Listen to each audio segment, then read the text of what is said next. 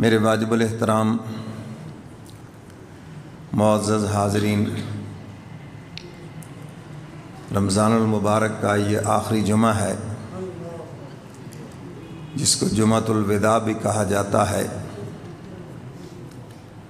اور بہت سے لوگ یہ سمجھتے ہیں کہ شاید یہ کوئی مستقل تہوار ہے یا اس دن کی کوئی خاص عبادتیں ہیں۔ ایسا کچھ بھی نہیں ہے، اگرچہ مارکیٹ میں بہت سارے پمفلٹ چھپے ہوئے ہیں، کوئی قضائے عمری کے نام سے چھاپ کے پھرتا ہے، کو کچھ، یہ سب فضول ہیں۔ احادیث مبارکہ سے اس کا کوئی ثبوت نہیں ہے۔ یہ عام جمعوں کی طرح ہی ایک جمعہ ہے، ہاں البتہ اس لحاظ سے اہم ہے کہ یہ رمضان کا آخری جمعہ ہے۔ اب پتہ نہیں آئندہ سال یہ رمضان کے جمعے نصیب ہوں گے یا ہم نے قبروں کے مہمان بننا ہے۔ اور کتنے لوگ ہمارے ساتھ تھے گزشتہ سال تراویح میں، رمضان میں، جمعوں میں اور تاک راتوں میں، مگر آج وہ قبروں کے مہمان بن گئے۔ آج جو ہے وہ قبروں کے مہمان بن گئے۔ تو میرے محترم سامعین، اس لحاظ سے یہ جمعہ اہم ہے کہ اب اس کے بعد چند دنوں کے بعد رمضان المبارک ہم سے اپنی رحمتیں اور برکتیں سمیٹ کر رخصت ہو جائے گا، اور اللہ تعالیٰ کے دربار کے اندر جا کر ہماری ڈائری پیش کرے گا کہ ہم نے اس کے بھیجے ہوئے مہمان کا کتنا اکرام کیا، کس قدر رحمت کے دریاؤں سے ہم نے فائدہ اٹھایا۔ یہ پوری ڈائری میری اور آپ کی رمضان المبارک اللہ کے دربار میں جا کر پیش کرے گا۔ اور حضور علیہ الصلاۃ والسلام نے اسی لیے تو 3 بددعائیں فرمائی تھی۔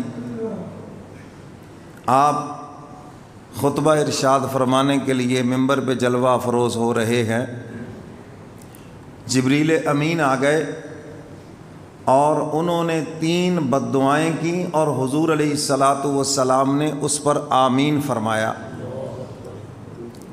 اب جبریل امین کا بددعا کرنا، حضور کا آمین فرمانا، بتاؤ اس میں کوئی شک ہے قبولیت میں؟ آج لوگ پیروں فقیروں کی بددعا سے ڈرتے ہیں۔ ارے خدا کے بندو، حضور کی بددعا سے کیوں نہیں ڈرتے؟ حضور علیہ الصلاۃ والسلام بددعا فرما رہے ہیں، ممبر کی پہلی سیڑھی پہ قدم رکھا، فرمایا آمین، دوسری سیڑھی پہ قدم رکھا، فرمایا آمین، تیسری سیڑھی پہ قدم رکھا، فرمایا آمین۔ صحابہ نے عرض کیا اللہ کے محبوب، آج یہ نئی چیز دیکھنے میں آئی ہے، پہلے تو ہم نے ایسا نہیں دیکھا۔ تو حضور فرماتے ہیں جب میں نے پہلی سیڑھی پہ قدم رکھا تو جبریل امین آ گئے اور انہوں نے عرض کیا اللہ کے محبوب، ہلاک ہو جائے، برباد ہو جائے وہ بندہ جس کے سامنے آپ کا نام لیا جائے اور پھر وہ آپ کے اوپر درود نہ پڑے۔ حضور فرماتے میں نے اس پہ آمین کہا، تو حضور کا نام نامی آئے تو کیا کہنا بھائی؟ صلی اللہ علیہ وسلم۔ 10 نیکیاں ملیں گی، 10 گناہ معاف ہوں گے، اور جنت میں 10 درجے بھی بلند ہوں گے۔ یعنی درود پڑھنے میں بھی فائدہ ہمارا ہی ہے۔ بیان کے اندر جب حضور کا نام آئے تو 1 مرتبہ صلی اللہ علیہ وسلم پڑھنا واجب ہے، اور اس کے بعد اس مجلس میں جتنی مرتبہ بھی نام آئے تو پھر سنت ہے، بعد میں مستحب ہے۔ تو 1 مرتبہ تو جواب دینا، 1 مرتبہ تو حضور پر درود پڑھنا واجب ہے۔ اگر آپ ہر مرتبہ پڑھیں گے تو ہر مرتبہ ہی ثواب آپ کو پورا ہی ملے گا۔ دیکھو نا، آپ مسجد میں آئے، مسجد میں آنے کا ثواب، وضو کا ثواب، نماز کے انتظار کا ثواب، یہ سارے ثواب آپ کے چل رہے ہیں۔ اس کے ساتھ ساتھ آپ سبحان اللہ، ماشاء اللہ، ہاں جی یہ بھی کہہ رہے ہیں تو اس کے بھی ثواب چل رہے ہیں، کیونکہ رمضان کا مہینہ ہے اور 70 گنا کے حساب سے ثواب مل رہا ہے۔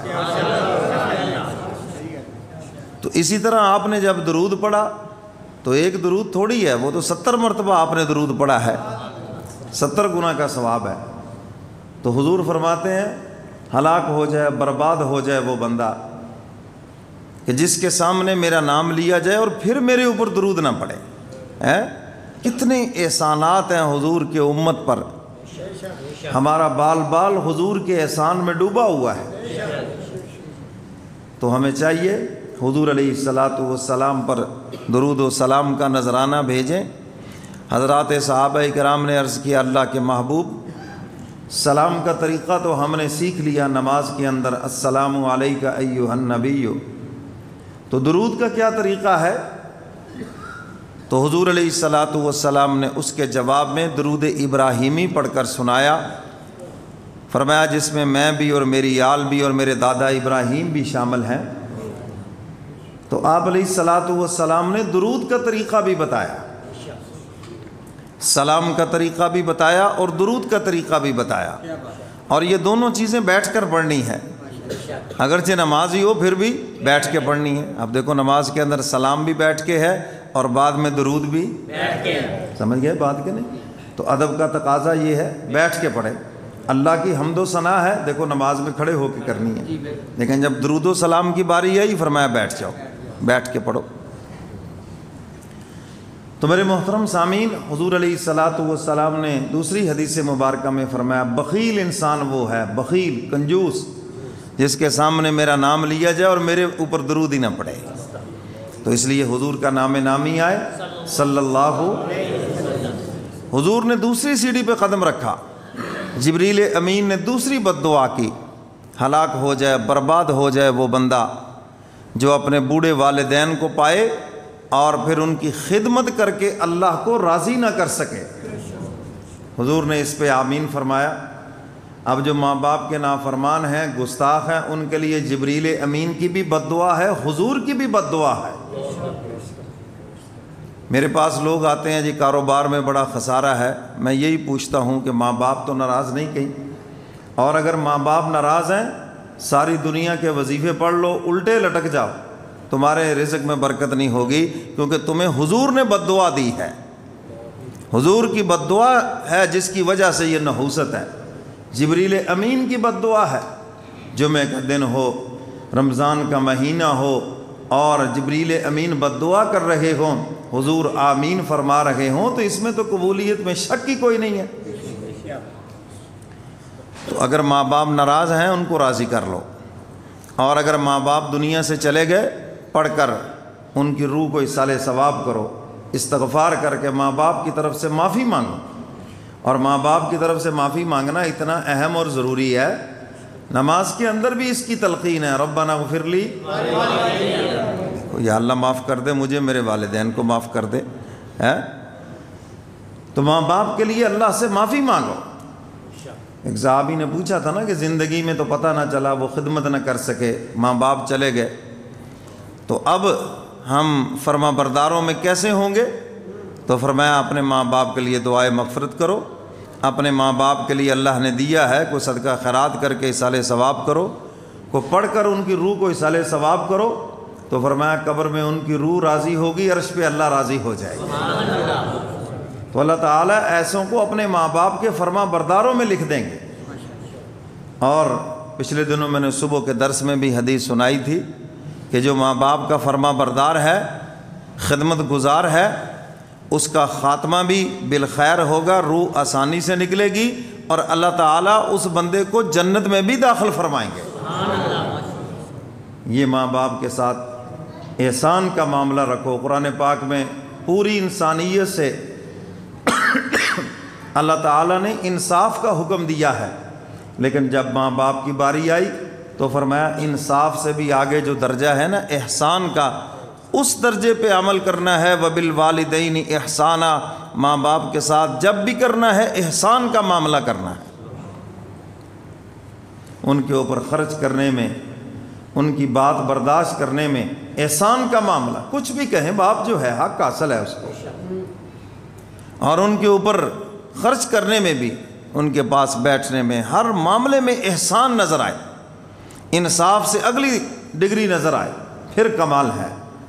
تو میرے محترم سامعین، حضور علیہ الصلاۃ والسلام نے بد دعا فرما دی ماں باپ کے نافرمانوں کے لیے، گستاخوں کے لیے، اور جب تک وہ ماں باپ کی نافرمانی نہیں چھوڑیں گے، ان کی گستاخی نہیں چھوڑیں گے، خدمت نہیں کریں گے، حضور کی اس بد دعا سے وہ بچ نہیں سکتے۔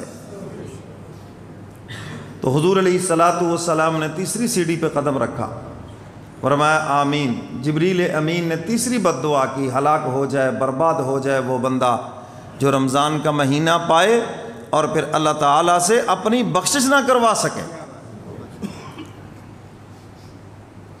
اب ایک تو بخشش نہیں ہوئی، رمضان کے مہینے میں غفلت میں گزر گئی، نہ روزے رکھے، نہ تراویح پڑھی، نہ کوئی توبہ، نہ کوئی استغفار، نہ کوئی آخری راتیں، کچھ بھی نہیں، پتہ ہی نہیں۔ اور اوپر سے حضور کی بد دعا بھی ان کو ہے کہ حضور ان کے لیے بد دعا فرما رہے ہیں کہ یہ ہلاک ہو جائیں، برباد ہو جائیں۔ لفظوں پر تو غور کرو، جس کی ہلاکت اور بربادی کی بد دعا حضور فرما رہے ہیں، بتاؤ ان کے لیے پھر جائے پناہ ہے کہاں؟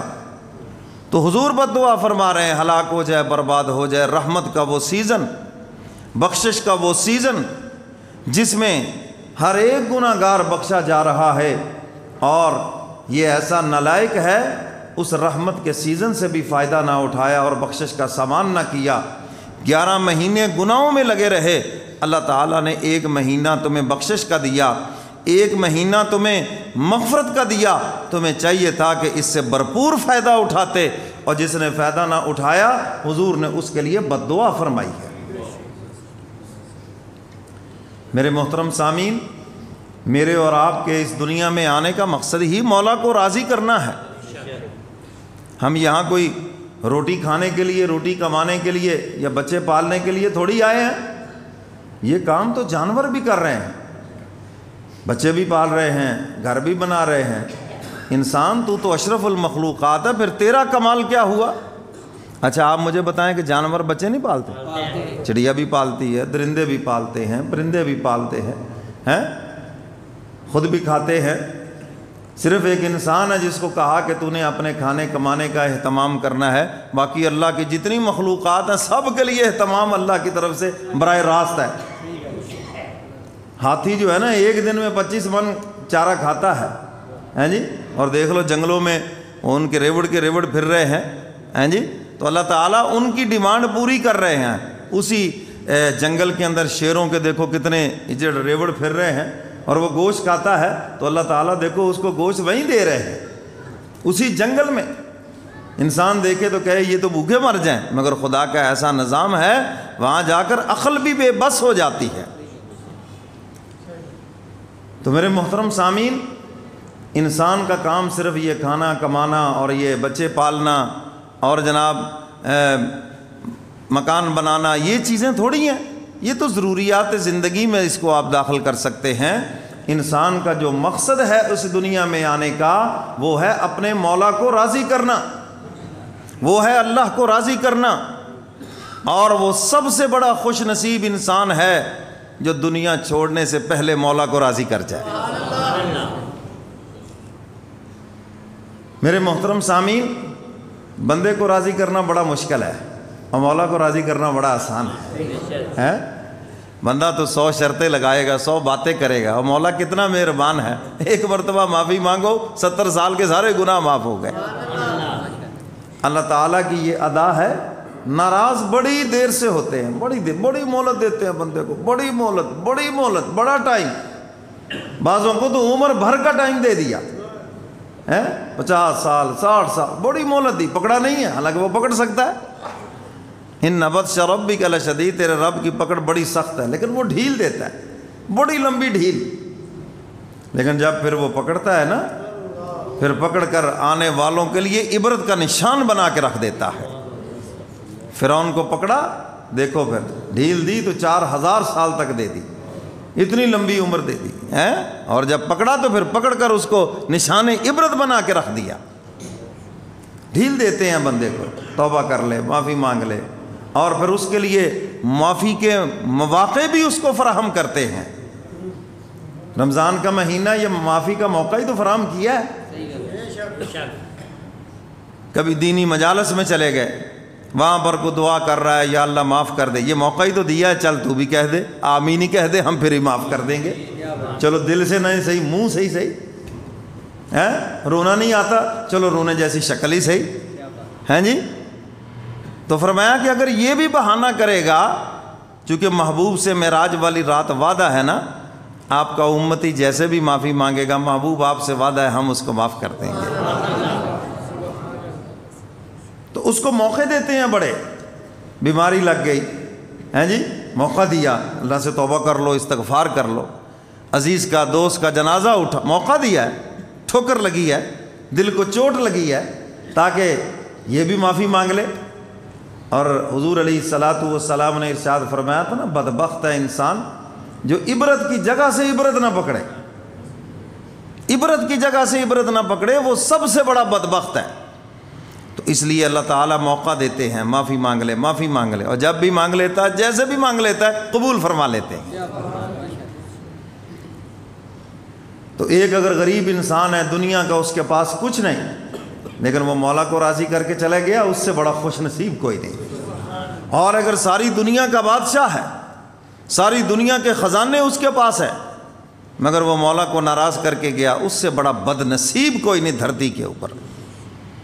اور قیامت کے دن کہیں گے, اوہ ہمیں تو پتہ ہی نہیں چلا, یہ 50 سال کی عمر 70 سال, ہمیں تو پتہ ہی نہیں چلا. اور وہاں پر بھی فنکاریاں چلانے کی کوشش کریں گے, جھوٹ بولنے کی کوشش کریں گے, لیکن وہاں پر جھوٹ نہیں چلے گا, وہاں پر صرف سچ چلے گا. وہ عدالت ایسی ہے جہاں پہ صرف سچ چلے گا, جھوٹ نہیں چلے گا. کوئی کہے گا یا اللہ میں تو بیمار تھا, اتنا بیمار تھا, اتنا بیمار تھا, بس میں کیا بتاؤں. یعنی بیمار تو وہ 5% تھا, مگر رو رو کے کہے گا میں 1000% بیمار تھا. اللہ تعالیٰ فرمائیں گے اچھا میرے پیغمبر ایوب علیہ الصلاۃ والسلام کو بلاؤ, کیا تم میرے اس نبی سے بھی زیادہ بیمار تھے؟ میرے پیغمبر نے اس بیماری کے اندر مجھے راضی کر لیا, تیری بیماری تو بہت چھوٹی تھی, تو مجھے راضی کرنا چاہتا تو کر سکتا تھا. ہم نے تو بڑی رہتے دی تھی, نماز کھڑے ہو کے نہیں پڑھ سکتے, بیٹھ کے پڑھو, بیٹھ کے نہیں پڑھ سکتے, لیٹ کے پڑھو, لیٹ کے نہیں پڑھ سکتے تو اشارے سے پڑھو. ہم نے تو بڑی رہتے دی تھی. رمضان میں روزہ نہیں رکھ سکتے, سردیوں میں جا کے رکھ لو, بعد میں قضا کرو, قضا نہیں کر سکتے تو کفارہ دو. ہم نے تو بڑی رہتے دی تھی ہر مسئلے میں, اگر تم مجھے راضی کرنا چاہتے کر لیتے. کوئی کہے گا یا اللہ میرے پاس حکومت تھی, اقتدار تھا, اس لیے میں آپ کو راضی نہیں کر سکا. اللہ فرمائے گا میرے پیغمبر سلیمان علیہ الصلاۃ والسلام کو بلاؤ, جن کو میں نے پوری دنیا کی حکومت دی, جانوروں پر حکومت دی, جنات پر حکومت دی. یہ بیت المقدس کی تعمیر انہوں نے جنات سے کروائی تھی.